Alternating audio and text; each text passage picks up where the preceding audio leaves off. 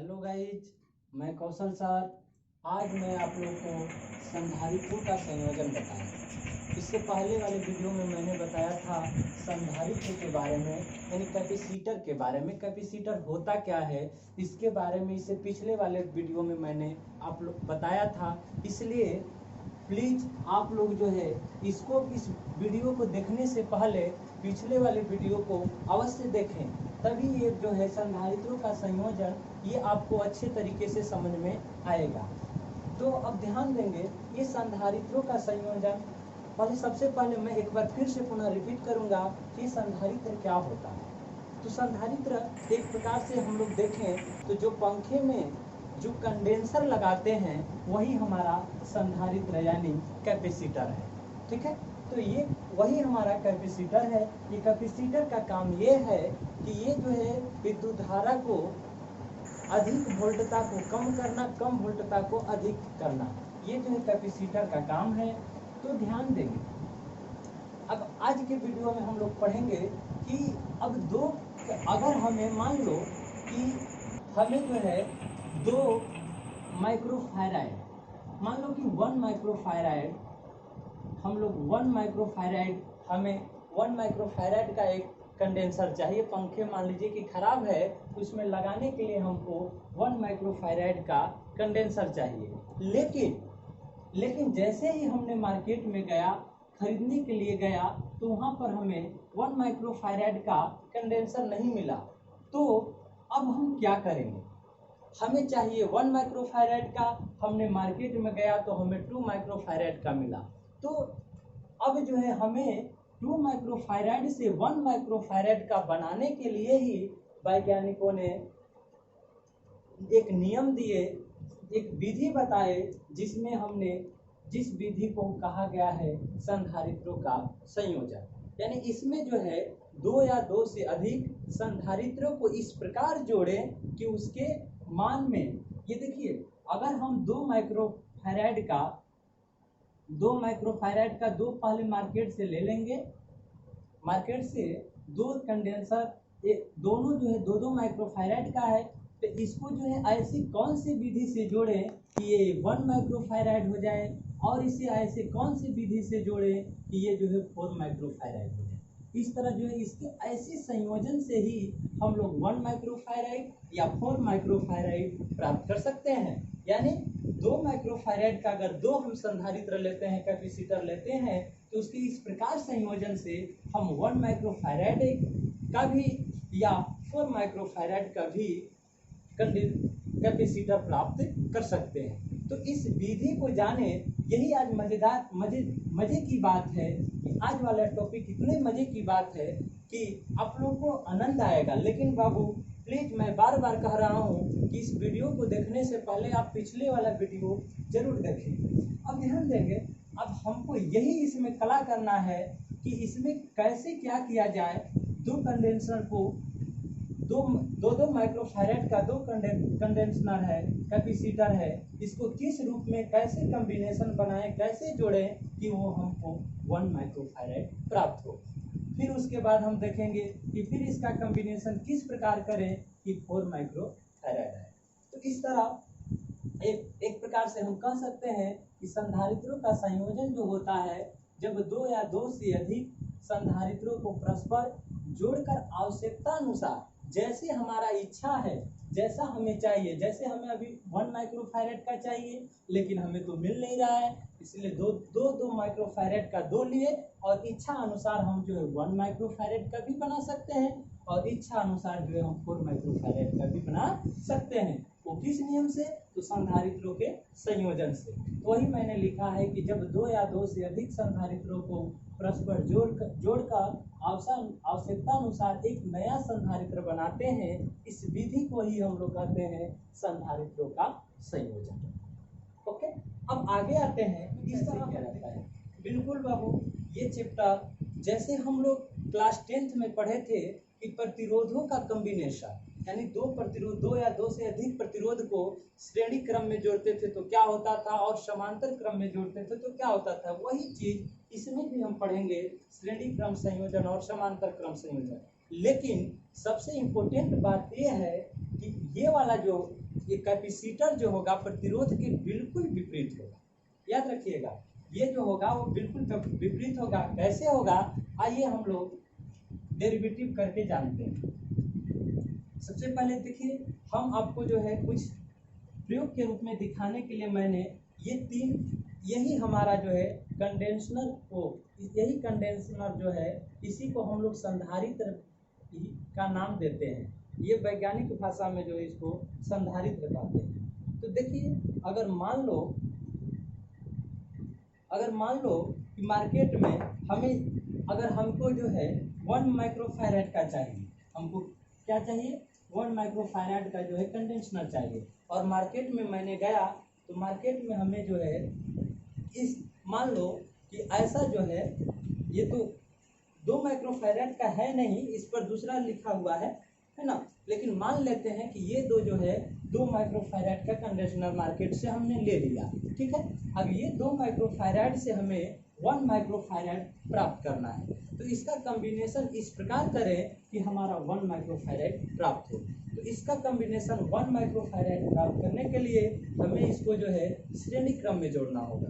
देखिए, श्रेणी क्रम का मतलब होता है कि ये मान लो कि ये पहला कंडीशनर है, इस पहले कंडीशनर का ये पहला सिरा, ये दूसरा सिरा, ये दूसरे कंडीशनर का ये पहला सिरा, ये दूसरा सिरा।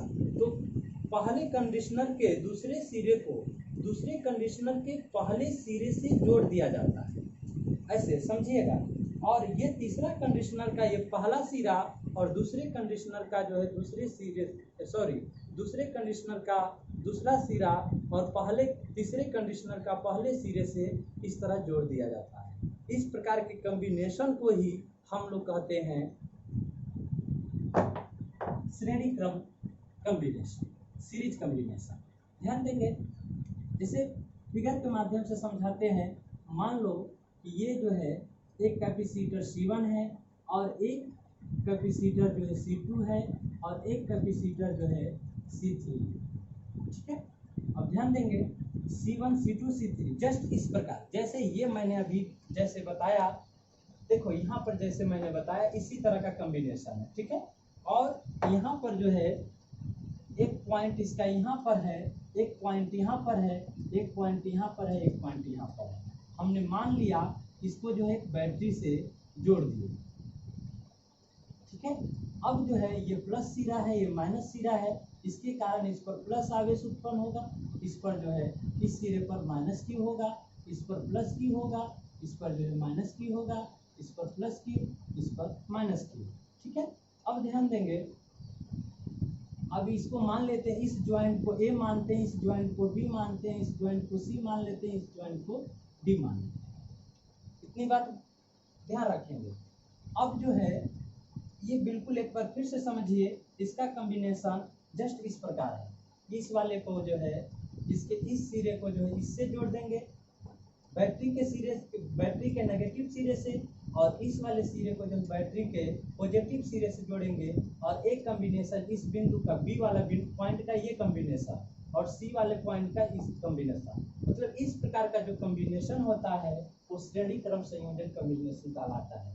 इसको थोड़ा सा हम लोग डेफिनेशन के माध्यम से देखें कि इसमें कैसे इसका डेफिनेशन बनेगा। अगर श्रेणी क्रम संयोजन की बात में कहें तो देखिए, गौर करिए, ये जो है प्रथम संधारित्र के दूसरे सिरे, वीडियो को स्लो करके आप लोग लिख सकते हैं, नोट कर सकते हैं, यानी हम बोल रहे हैं आप लोग वीडियो को स्लो कम अधिक कर सकते हैं और उस माध्यम से आप लोग नोट कर सकते हैं कि प्रथम संधारित्र के दूसरे सिरे को दूसरे संधारित्र के पहले सिरे से, याद रखिएगा, इसका जो ये प्रथम संधारित्र है, इसका ये पहला सिरा है, ये दूसरा सिरा है, इसका ये पहला सिरा है, ये दूसरा सिरा है।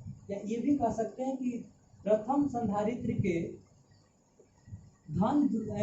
ऋण ध्रुव को और दूसरे संधारित्र के प्लस ध्रुव को एक साथ, और दूसरे संधारित्र के ऋण को तीसरे संधारित्र के प्लस के साथ जोड़ा जाए तो इस प्रकार का कॉम्बिनेशन क्या कहलाता है, श्रेणी क्रम संयोजन। या दूसरे रूप में मैं बता रहा हूँ, आप नोट करिए, प्रथम संधारित्र के दूसरे सिरे को दूसरे संधारित्र के प्रथम सिरे से तीसरे संधारित्र के प्रथम सिरे को दूसरे संधारित्र के दूसरे सिरे से जोड़ा जाता है और यह क्रम जो है लगातार आगे की तरह इसी तरह कॉम्बिनेशन होता रहे, तो इस प्रकार के संयोजन को हम लोग कहते हैं श्रेणी क्रम संयोजन। बिल्कुल समझ में आया? फिर से मैं एक बार रिपीट कर रहा हूँ, बिल्कुल आप आराम से समझिए, घबराने की जरूरत नहीं है। मैंने ये बोला कि प्रथम संधारित्र के दूसरे सिरे को दूसरे संधारित्र के प्रथम सिरे से और दूसरे संधारित्र के दूसरे सिरे को तीसरे संधारित्र के प्रथम सिरे से जोड़ा जाए, और अगर मान लीजिए कि एक चौथा संधारित्र है तो उसके चौथे संधारित्र के प्रथम सिरे को तीसरे संधारित्र के दूसरे सिरे से जोड़ा जाए। यही क्रिया, ये क्रम जो है आगे चलता रहे, तो इस प्रकार के क्रम को जो है, इस प्रकार के संयोजन को हम लोग श्रेणी क्रम संयोजन कहते हैं। अब आगे देखिए, अब एक चीज याद रखिएगा, अब सब निगमन पर आप बात आते हैं। अब इसका निगमन कैसे करें, तो ध्यान दीजिए, अगर यहाँ से हमने प्लस टर्मिनल है, यहाँ से आवेश दिया तो ये पॉजिटिव हुआ। इसमें सबसे मजेदार वाली बात यह है, याद रखने वाली बात है कि इसमें रास्ता जैसे ही बदलेगा, रास्ता बदलेगा तो आवेश बदलेगा, आवेश, रास्ता बदलेगा तो आवेश बदलेगा, आवेश क्यू बदलेगा, ठीक है। और बिंदु बदलेगा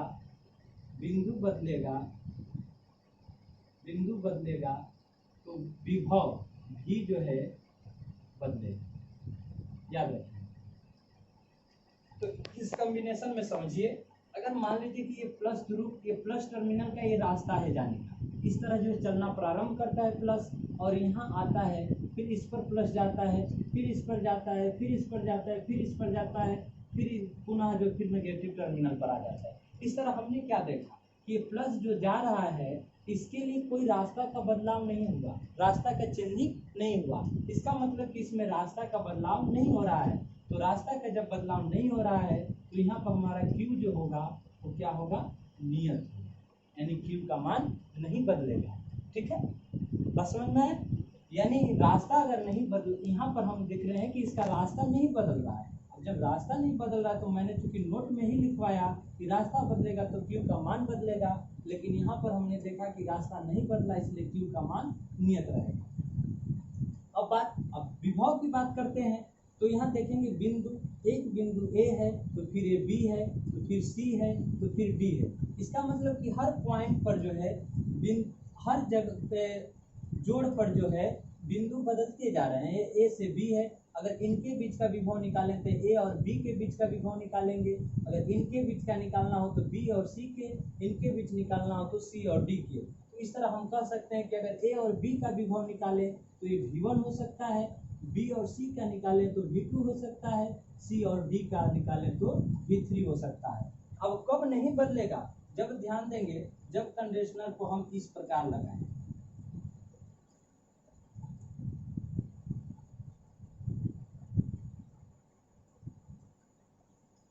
इस तरह का जब संयोजन करते हैं C1 C2 C3, तो इस वाले संयोजन में देखेंगे यहाँ A है, यहाँ B है। इसका मतलब इसका भी कॉम्बिनेशन A से और B से है, इसका भी कॉम्बिनेशन C2 का भी A से B से, C3 का भी A और B से ही कॉम्बिनेशन है। यानी इस वाले सिचुएशन में देखा जाए तो इसमें विभव, इसमें बिंदु नहीं बदल रहे हैं, इसलिए विभव इसमें नहीं बदलेगा। लेकिन हमारा कॉम्बिनेशन ये है तो इसमें जो विभव का मान क्या होगा, बदलेगा, यानी V का मान बदलेगा, यानी नियत नहीं होगा, फिर नॉट इक्वल टू, यानी इसका मान नियत नहीं होगा। अब ध्यान देंगे, जब नहीं होगा तो चूंकि हम लोग लिख सकते हैं यहाँ, अब इस सभी को जोड़कर ऐसा कॉम्बिनेशन, इस सबको कॉम्बिनेशन करके एक साथ जोड़कर हमें ये बना देना है कि तुल्य प्रतिरोध बना देना है। समझेंगे तुल्य संधारित्र क्या होता है? तुल्य का मतलब होता है जब एक काम को 4 लोग करें, 4 मजदूर किसी एक काम को जो है 1 घंटे में करते हैं, वही काम और उतना ही समय अगर एक अकेला व्यक्ति कर दे तो ये कहेंगे कि वो अकेला व्यक्ति जो है उन चारों के बराबर काम करता है। तो ऐसे को जो एक अकेला जो है 4 के बराबर काम करे उसे ही तुल्य कहा जाता है। यानी इन तीनों को मिलाकर एक नया काम करे, तीनों के बराबर जो नया काम करता है वो तुल्य संधारित्र कहलाता है। ठीक है, तो यहाँ देखेंगे तुल्य संधारित्र को हम लोग CS दे सकते हैं। अब ऐसे बनाएंगे तो ये हमारा जो बैटरी हो गया, ये जो है प्लस टर्मिनल हो गया, ये जो है ऋण टर्मिनल हो गया। इस तरह का संधारित्र हमको प्राप्त हुआ, यानी ऐसा हमको प्राप्त करना है। इसमें जो हमारा Q होगा, Q तो नियत इसमें होगा, जो इसमें होगा वही इसमें भी होगा, और यहाँ V का मान VS रख देते हैं। तो चूंकि यहाँ लिख सकते हैं VS बराबर हो जाएगा V1 V2 V3। ये जो VS जो होगा इन तीनों के विभव होगा, क्योंकि A से D तक यहाँ ये जो कॉम्बिनेशन हमारा बनेगा वो A से D तक। ठीक है, तो यहाँ VS इक्वल टू हो जाएगा V1 plus V2 plus V3। अब जो है संधारित्र जब पढ़ाए थे तो उस समय मैंने बताया था कि Q equal to CV formula बताए थे। तो यहाँ से अगर हम करें तो V इक्वल टू क्या आ जाएगा Q बाई C। तो यहाँ रखेंगे, अब हम तो यहाँ रखेंगे,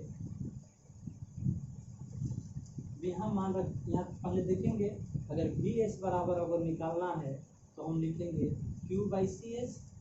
अगर V1 बराबर निकालना हो तो Q बाई C1, क्योंकि आवेश जो है नियत है। और V2 बराबर अगर लिखना हो तो Q बाई C2, और V3 बराबर यदि लिखना हो तो Q बराबर C3। इसको मान लेते हैं इक्वेशन नंबर फर्स्ट। अब देखेंगे समीकरण एक